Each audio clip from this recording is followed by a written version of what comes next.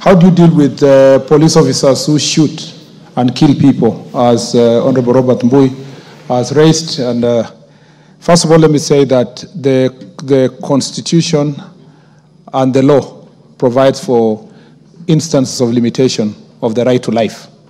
And Mr. Speaker, it's very clear from the Constitution and also from the law. I issued a directive to the Inspector General of Police, Mr. Speaker, my first of that kind, which is the directive, Mr. Speaker, I was trying to look for, which is a policy directive number 1 of 2015 on the use of force and the use of firearm. Mr. Speaker, in this directive, I made it clear in writing to reiterate what I verbally pronounced when I was in Kikuyu, that police officers have a right to protect themselves when their lives are in danger, or even a life of any citizen of this country is in danger. Mr. Speaker, I also explained how they can use force, why they must not use excessive force where there is no danger to life.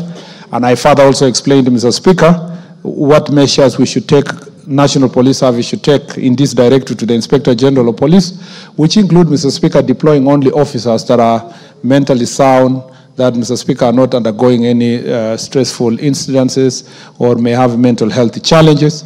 I also said, Mr. Speaker, protective gear must be given to police officers. Further, I also explained that it is necessary for the National Police Service working together with the Attorney General to ensure that they protect police officers who may be sued or investigated, Mr. Speaker, as a result of protecting themselves or protecting their lives. Mr. Speaker, we have commenced that process, and all the police officers who are facing investigations and were charged for using force or firearm while they were performing their lawful duties, Mr. Speaker, now have a right to be represented by the Attorney General or lawyers from the National Police Service.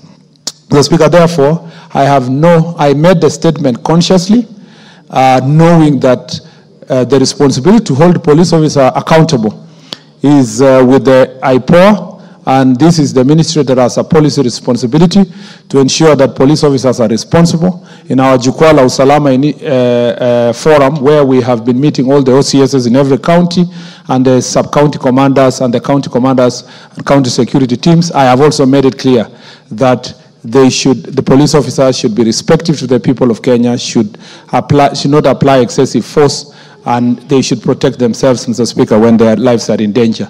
I know this conversation is at the context of a peaceful environment, or rather peaceful areas like Nairobi and other parts.